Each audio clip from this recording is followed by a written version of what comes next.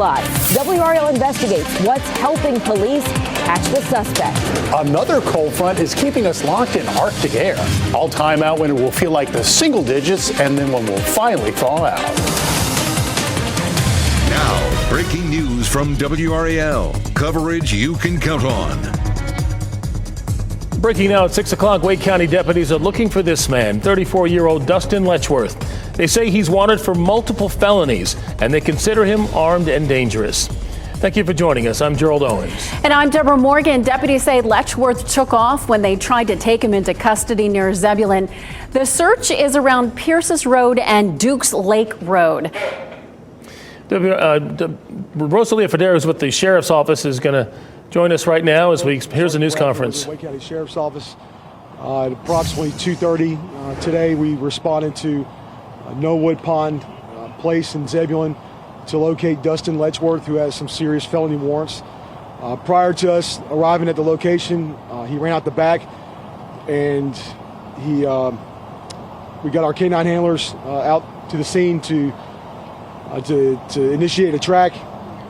Once we determined the information that we had that it was possible that he was armed, we decided to do a wireless notification to the community to let them know that he's out and to stay in the house and to shelter in place.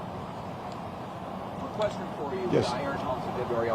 Is there any reason to believe that Letchworth is still in the Zebulon area, Wake County area, or outside of North Carolina at this point? We're looking into that right now. We believe he's on foot at this point. That's the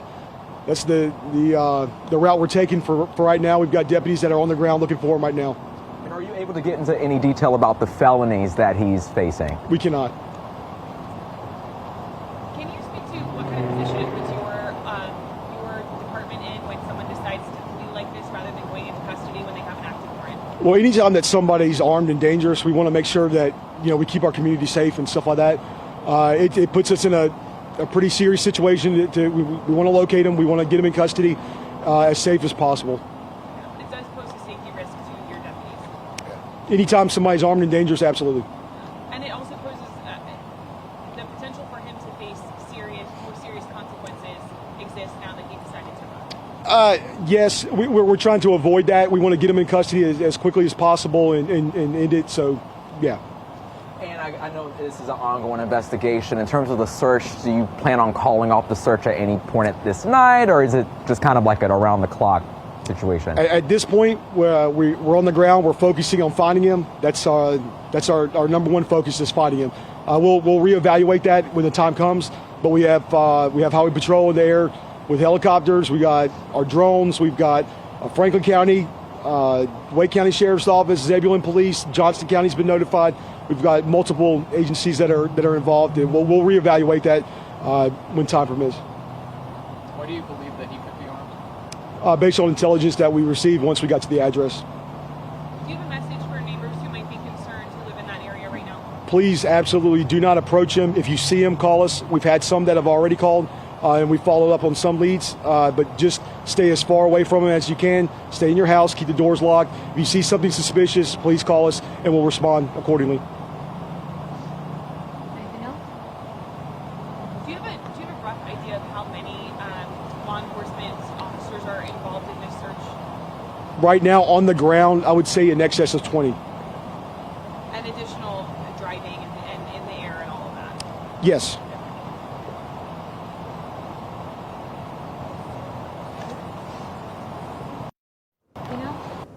Thank you all so much. You've been listening to a brief news conference on a man that Wake County Sheriff's Office is looking for right now. Aaron Thomas is there live in Zebulon where that search has begun, and it continues right now. Aaron, now that the news conference is over, tell us what else you know, not only about the suspect, but about the search effort in that area. Yes, I mean, we just heard it from this sergeant here with the Wake County Sheriff's Office, just saying how it's definitely boots on the ground. They're going to be working around the clock, and they're getting assistance from several other agencies, including Zebulon Police, Franklin County Sheriff's Office. They've also tapped in Johnston County Sheriff's Office to get additional help. I did ask the question, as you heard, if there's any reason to believe if he's still in Zebulon or Wake County. They are still searching in that regard. We also did an online record search, and it shows that according to court records that Lynchworth, he definitely has several infractions with driving. That live in the area where these warrants, a lot of them, they saying that they're going to be keeping their doors locked in the meantime. And as you just heard, investigators time again, if there's you see him.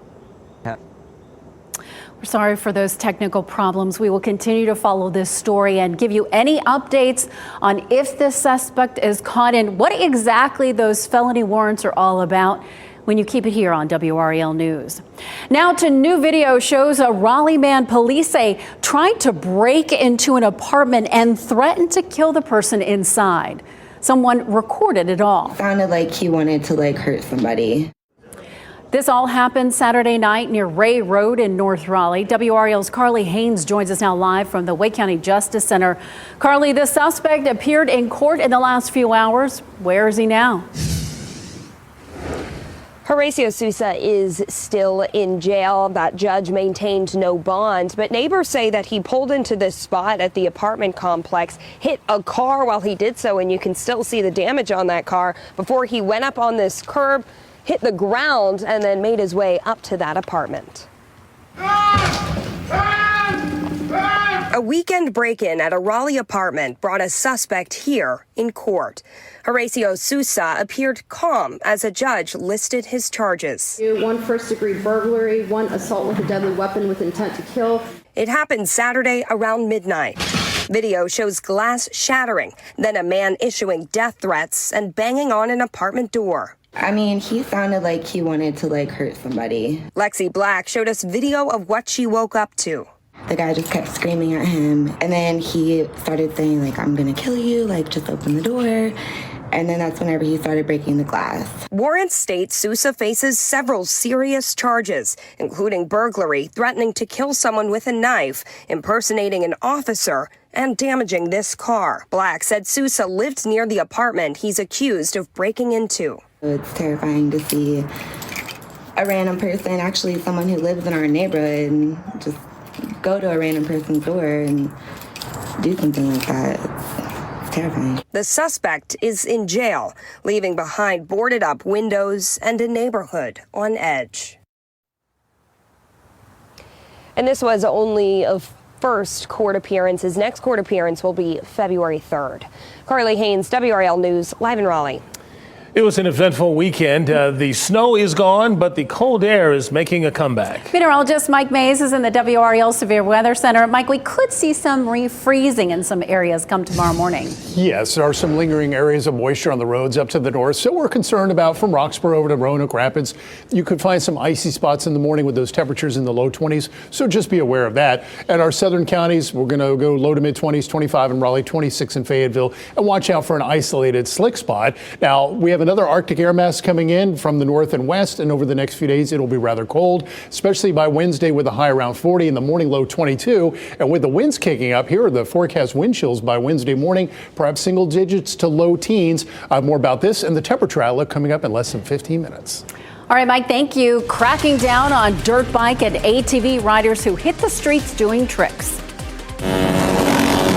If attention is what they're seeking, they're going to get it in the form of charges. WRAL investigates how those attention seekers are actually helping catch themselves, going high tech to put the brakes on them just ahead. And this is Brian Schrader with breaking news from the WRAL Live Center. We have just learned that Warren County schools will be closed tomorrow because of ice that is likely going to refreeze overnight. Earlier, we learned that Person County schools will be on a 2-hour delay for tomorrow.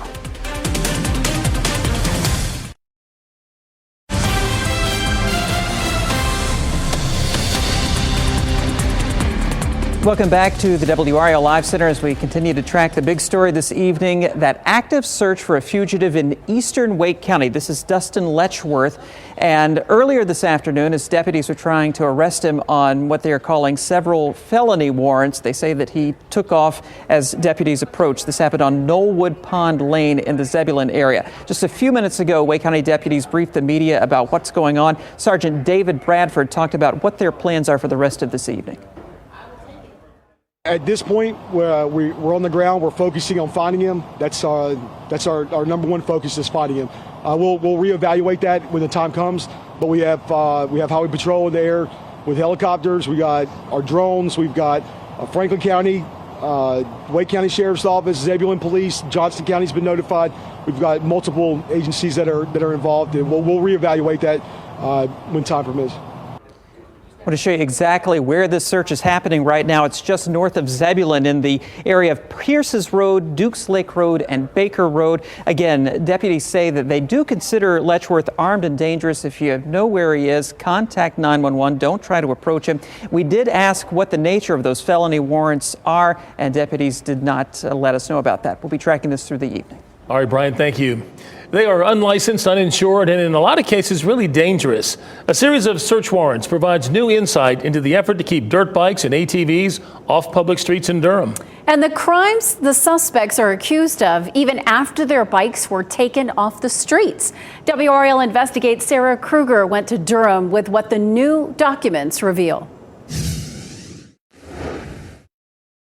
This is one of the lots where police keep items they seize, like dirt bikes. According to a search warrant I found, some of the people accused of illegally riding dirt bikes out on the streets came here to this police evidence lot. They cut right through this fence and stole dirt bikes. To crack down on all of this illegal activity, police are turning to social media. And thankfully, they say the issue is improving.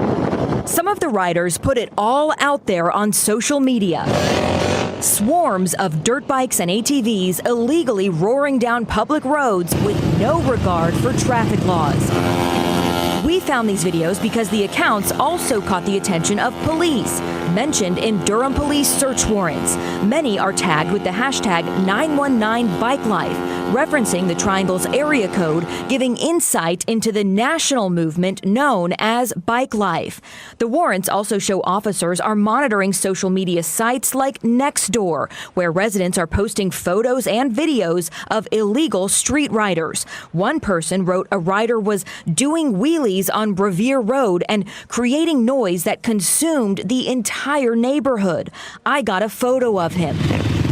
Another warrant just recently made public details an incident in January of last year in which police believe multiple suspects broke into the police evidence lot on Hillsborough Road, stealing a dirt bike that had been seized as part of a criminal case. It says 3 other bikes had been stolen there just a couple months prior. Once again, social media led officers to the suspects, including one who is described as a well-known gang member from Raleigh, believed to be a key actor tied to a series of dirt bike and ATV thefts throughout North Carolina and surrounding states. Durham police launched Operation Dismount in 2023, working with other agencies to crack down on the activity. If attention is what they're seeking, they're going to get it in the form of charges. Since making dozens of arrests as part of that, police in Durham and Chapel Hill tell me the situation has gotten better. Police even started a dedicated email address and online tip form where people can submit their complaints and even photos about dirt bikes and ATVs, highlighting the community-wide effort to help get this under control. Sarah Kruger, WRAL News, Durham. That video is something. If you have a story that needs an investigation, send an email to investigates@WRAL.com. A student brought a loaded gun to Enloe High School today. That's according to a letter the school sent to parents. It says during a meeting between the student and administration, a voluntary search led to them finding the gun. The school did not say exactly what punishment this student faces, but did note state law requires a year-long suspension for a student found with a gun. Happening right now, your last chance to tell leaders in Raleigh how you'd like them to spend your tax dollars. The city is holding a final listening session tonight. It's happening at the Barwell Road Community Center on Barwell Park Drive until 7:30. Child care services will be available for parents. After this session, the city will begin reviewing the budget and finalizing recommendations. Triangle-based Lenovo is showing off some new tech and winning awards for it. The computer maker showed off more than 60 new laptops at the Consumer Electronics Show in Las Vegas last week. Lenovo won several Best of awards, including for this new ThinkBook. The Gen 6 has a rollable laptop with an expanding screen. Many of the new Lenovo products unveiled have built-in artificial intelligence. Cool. Meteorologist Mike Mays back with us with details of a chilly January so far. Yeah, I want to do a check-in on our winter weather outlook, Gerald. If you remember, we were talking about above normal temperatures for the winter and up to an inch of snow. I wanted to show you how we're doing so far. Now, for the month of December, we're average out to be about 1.7 degrees above normal. So we had a warmer than normal December, and you all know that January has been very cold. Our average temperature so far has been 36.1, so we're about 5.7 degrees below normal. When you average both months together, we're about minus 0.3. So we're close to average. And out at RDU on Friday, we had 0.7 inches of snow. It looks like the remainder of the month of January is going to be below normal. I think I told you this at the beginning of the month. The forecast was for below normal temperatures for the entire month of January. And we have a very high likelihood for next week of below normal temperatures. Our normal high is about 52, the normal low is about 32. And during the same time period, there's a little bit of moisture out there. So part of the state is in above normal precipitation. The gray areas not showing evidence of above or below. So we would have, so to speak, normal precipitation above normal along the Gulf Coast and out west where they desperately need precipitation. It looks like it will be below normal precipitation for the remainder of January. So it doesn't look like LA is going to get any help from Mother Nature or Southern California in general because it doesn't look like there's going to be a lot of precipitation. Now, over the weekend, I was looking at the American model and the European model, and they were wavering back and forth about the likelihood of snow coming up next week. This is the European ensemble probability for an inch of snow by next Wednesday. So it is showing a little hint of wintry precipitation. So if you're a big fan of winter weather, including snow and such, there's still the possibility through the remainder of the month and perhaps even into February that we will still see snow. Models keep wavering back and forth, so keep checking back. Yesterday had a huge amount of snow on the European model. Now it's showing nothing. So we're going to keep checking back. So could be interesting. We'll see. 49 right now at RDU after a high of 55. We got colder air on the way, and Arctic air mass will be building in overnight. 39 at Roxborough, 39 at South Hill, 47 Fayetteville, 42 in Southern Pines, and it's a cold dog walk, 44. You can check out the full moon out there. 40 by the time we get to 7 o'clock and 8 o'clock, down to about 37. Some of the colder rural areas will probably be around freezing. Roxborough, you'll probably be around freezing by the time we get to about 8 o'clock. Clear and cold tonight. Watch out for some icy patches, especially up in our northern counties where there's still lingering moisture, maybe even some snow still out there. 23 at Rocky Mount, 26 in Fayetteville, and then tomorrow we're cooler than today. It'll be breezy. 44 at Roxborough, 47 in Raleigh, 51 in Fayetteville. 7-day forecast. We got a cold day on Wednesday, 40. Morning lows Wednesday and Thursday, 22. That's here in the Triangle. Could be low to mid-teens in some of the colder rural areas, so be aware of that. Milder weather coming up. 3 days in the 50s. That'll feel pretty good, but we have rain returning over the weekend. I have reacquainted with all my heavy coats, so yes. All is good with the world. Thanks, Mike. Oh, it's been such a fun weekend for Hurricanes fans. Luis Fernandez joining us now live from the Lenovo Center with another big game tonight as all part of this. Yeah, Deborah, Gerald, it's like a big family reunion if your entire family was really good at hockey. So basically, the Stalls, the Carolina Hurricanes alumni game against the NC State Ice Pack is tonight. We take you to Lenovo Center when sports returns.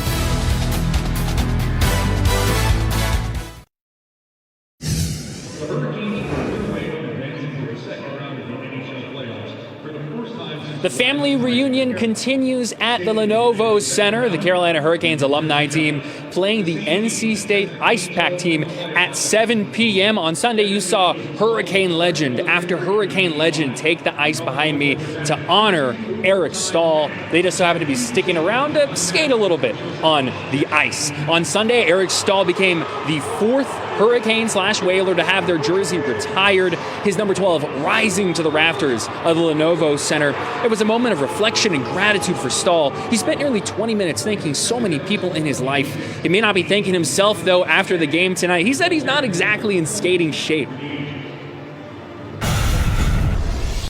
Hanging with a lot of the ex-teammates, alumni, and what's great is like we have that. We have like the Hurricanes have great alumni. There's history. There's great players that are here. There's great players that are wanting to come in to spend the night and hang out, get a little locker room vibe together, which is a part that you miss when you're done playing. So it'll be really fun. I'm not going to be very good, but I'll be out there. Once again, the game is tonight at 7 p.m. Get a chance to hear from them tonight on Fox 50 and WRAL. Cooper Flagg dropped an ACC freshman record 42 points on Saturday. But the biggest takeaway from number 3 Duke's win against Notre Dame might be an injury. Duke head coach John Shire told reporters today junior forward Malik Brown will be out for an extended period of time with a knee sprain. Brown is 4th on the team in rebounds and 2nd on the team in steals. He's a critical part to Duke's defensive rotation that's one of the best in the country. Look, there's no replacing Malik's versatility and what he does on that end with deflections and steals. And he had a toe injury he was still recovering from. I think this is a chance for him to get really right.